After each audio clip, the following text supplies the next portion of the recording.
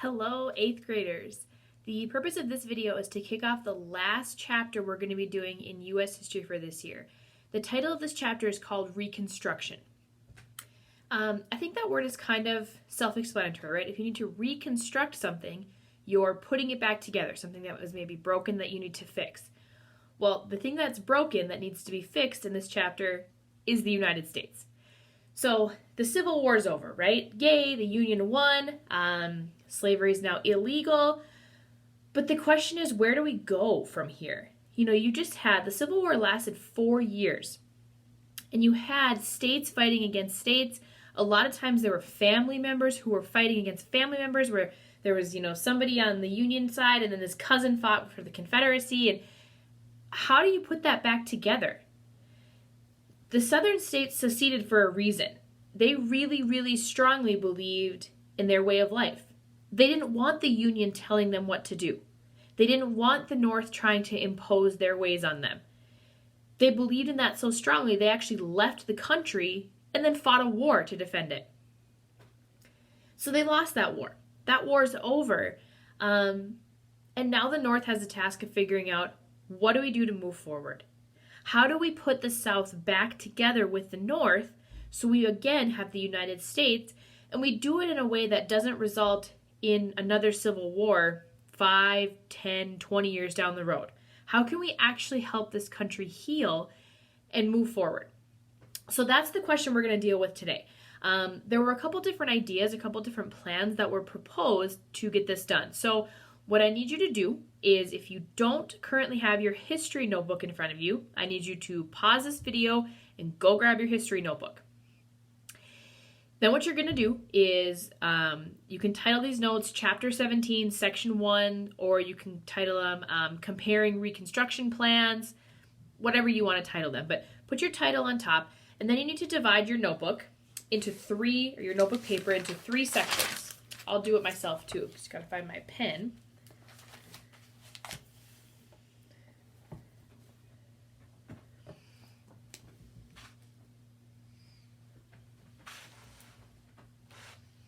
Got it. It was on the floor. So you're going to divide it into 3 sections. You can either do them up and down or horizontally. I don't really care, but 3 sections. Okay. For the first section, you're going to write this title, 10% plan. Okay. So 10% plan. Hopefully this will be flipped around. You're not seeing it in mirror image, but if you're seeing it in mirror image, sorry about it. So 10% plan is your first one. In your next column, you're going to write radicals plan. So radicals are people who are really intense in their beliefs about something, or they're really far towards one end of the spectrum. So radicals plan is the second one. And then your third section is going to say Johnson's plan. Okay, so you have the radicals plan, the 10% plan, and Johnson's plan. So your page will look something like this. 10% plan, radicals plan, Johnson's plan. If you need more time to get that filled out, pause the video and get that written in. So what we're going to do today is I'm just going to talk you through these 3 different plans, because as you might guess, in our country that we don't often agree on things in our government. So there was a lot of different opinions about what we should do to move forward after the Civil War. And we're going to talk today about those 3 main plans, the 10% plan, the radicals plan, and then Johnson's plan. So as I talk, what I want you to do is in each section, jot down the important points of that plan. And the great thing about this being on video is you can pause it where you need to pause it. You can go back and re-listen to something if you need to re-listen to it. But we're going to go in order exactly how you write those down. So we're going to talk about the 10% plan first, then we're going to talk about the radicals plan, and then we're going to talk about Johnson's plan. So then when you're done, you can take a picture of your notes, and then I will have a spot in the assignments tab for you to upload that picture so I can see that you've successfully taken your notes for today. Okay? So here we go. The 10% plan. This was the plan that was proposed by President Lincoln. Abraham Lincoln actually proposed this plan in 1863. So hopefully you know by now that the Civil War ended in 1865. So this was 2 years before the war had even ended. But Lincoln was a really, really good politician. He was a really good leader. And he knew that okay, we're fighting this war to the end, right? We're fighting this war with the goal of winning it and then bringing the South back into the country. So his thought was, let's start talking about what that's going to look like now so that once the end of the war gets here, we're ready to rock. That makes sense, right? The war's done. We have this plan all ready to go. Let's get started on it, and then let's move forward. Okay? So the 10% plan is Abraham Lincoln's plan, and this is what he said. He was really all about, we need to heal this nation. This nation has been ripped apart. It's been brother against brother fighting in this war for 4 years. We need to bring about healing somehow. So he was not so much about punishing the South as he was about, okay, we've all suffered enough. These 4 years of the Civil War have been awful. Thousands are dead. Let's heal. Let's move forward as a country. And so this is what he wanted to do. He wanted to offer pardon for acts that supported the rebellion. The word for that is amnesty. So he wanted to give amnesty for people who had supported rebelling against the United States. According to the Constitution, that's called treason when you are disloyal to the country, and that's a really serious offense. But Lincoln's plan was, let's offer amnesty, let's pardon them, let's forgive them so we can move forward.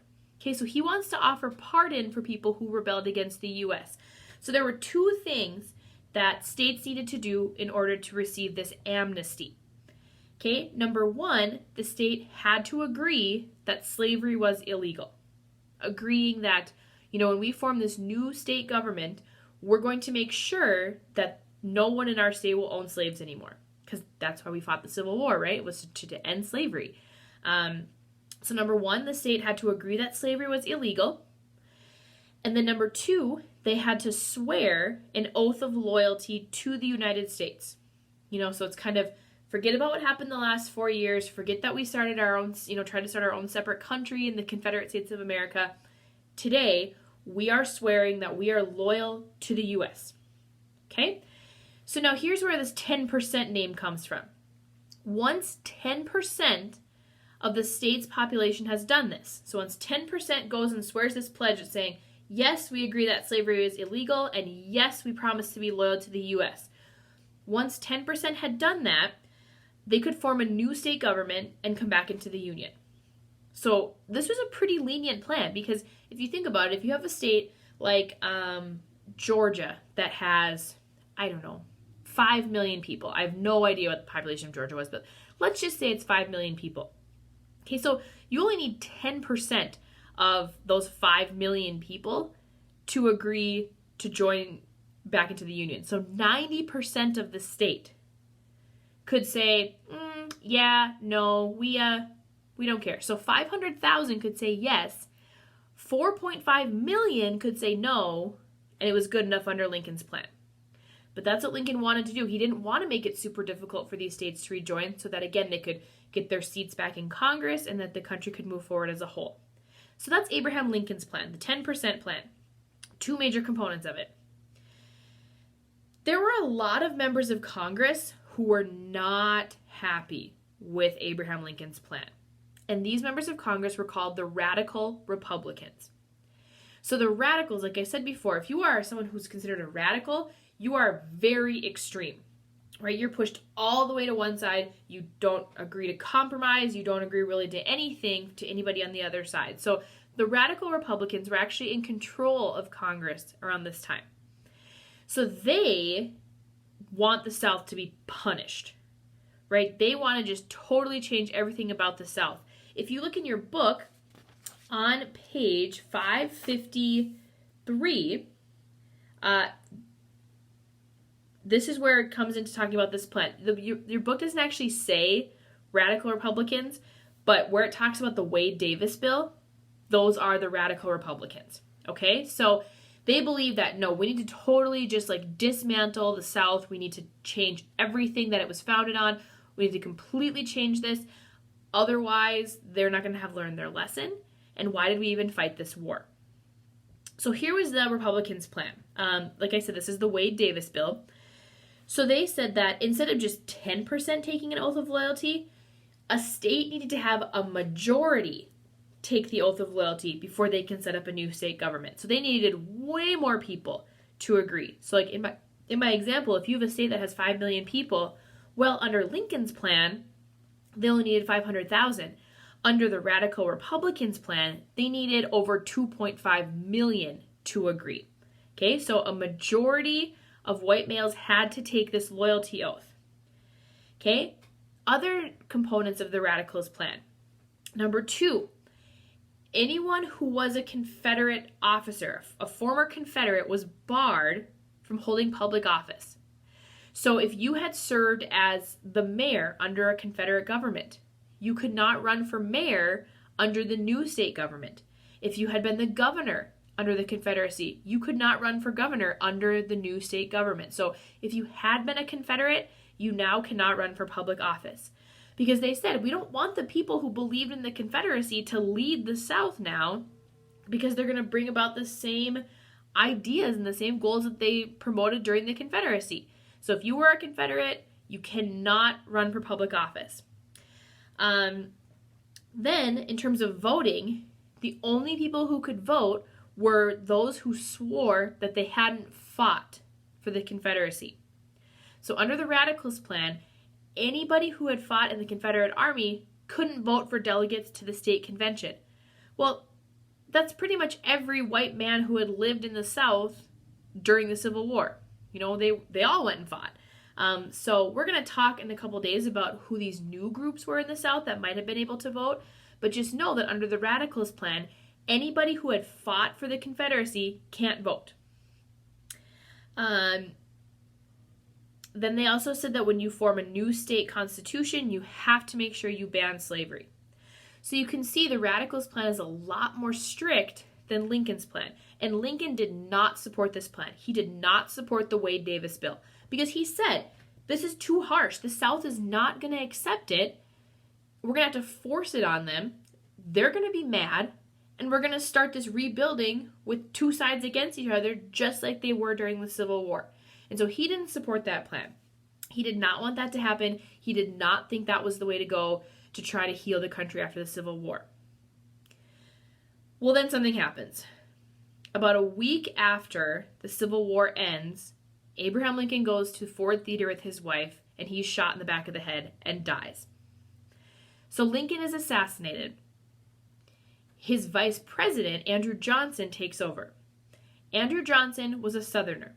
He was from Tennessee, but he was a Southerner who did not support secession. Remember, secession is to secede means to leave the Union, so the Southern states had seceded. When Tennessee seceded, Andrew Johnson said, nope, not legit, not happening, and he kept his seat in the Senate because he did not go with his state into this new country, the Confederate States of America. So Andrew Johnson, because he had opposed secession, he really wanted the Confederates who supported secession to pay for what they had done. He really wanted to punish them for doing that because he had so disagreed with what they did. So Andrew Johnson, now the new president, this is what he ends up putting forth as his plan. So, number one, he also agreed to grant amnesty to Southerners if they swore loyalty to the U.S. So that part's similar to Abraham Lincoln. If you swear you're loyal to the U.S., we'll grant you amnesty. We'll pardon you. We'll, forgive you for your crimes.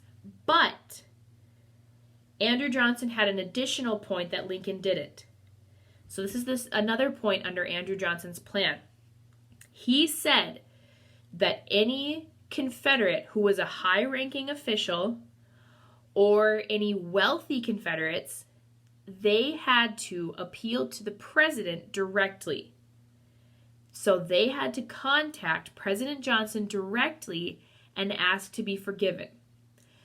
Johnson's goal in doing that is that he said, these are the people to blame for secession, right? The high-ranking officials, the wealthy members of society, they were in charge. And it's their fault that they decided to make this decision to leave the Union, and they got the common people to follow them. So he wanted to humiliate them. He wanted to make them feel really, really terrible about what they had done. And so that's why he said, these guys, they have to come to me. They have to come begging for my forgiveness before I will agree to pardon them.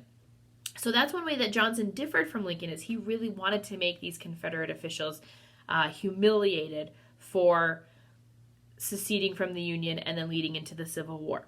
Okay, so that's another component of Johnson's plan. Andrew Johnson, even though he supported the 13th Amendment, so if you remember from our Constitution unit, the 13th Amendment bans slavery in the United States.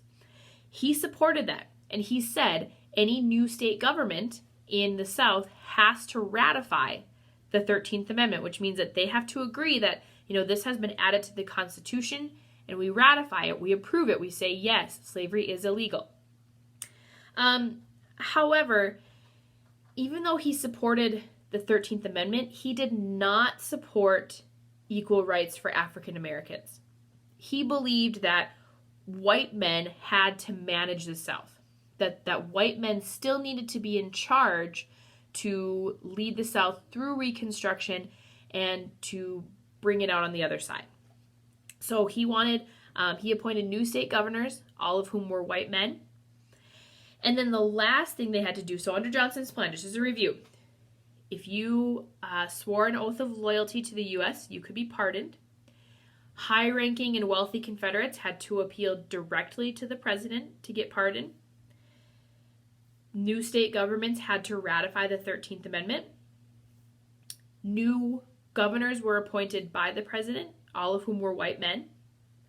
And then finally, these new state governments had to declare that secession was illegal. So they had to come out and say, what we did by leaving the Union is actually an illegal move. We shouldn't have done it, and we can't do it in the future because it's illegal. Okay, so these are 3 different plans. Lincoln's plan was more about healing the country, about healing these broken relationships. The radical Republicans were all about punishing the South, kind of destroying the foundation that it had been built on. And then Johnson was kind of in between, but definitely leaning more towards the radicals because he himself was a Southerner and he was mad that the Southern states had seceded. So again, in your notebook now, you should have your 3 sections should be filled out with these notes. If you need to go back and rewatch something, make sure you do that. And then when you're done, snap a picture of these, go into the assignments tab under our U.S. History 8 team, and there will be an assignment that says Reconstruction Plans Notes. Just upload a picture of your notes there so I can see that they're done, and then you're good to go for today. The one other thing you need to do for homework, you'll want to read Chapter 17, Section 2, because tomorrow there is going to be a reading quiz on this section. So again, get your notes done, snap a picture of those notes, and then read Section 2 so you're ready to go for your quiz tomorrow. If you have any questions, send me a chat and I will help you out best I can. Have a good day, everybody.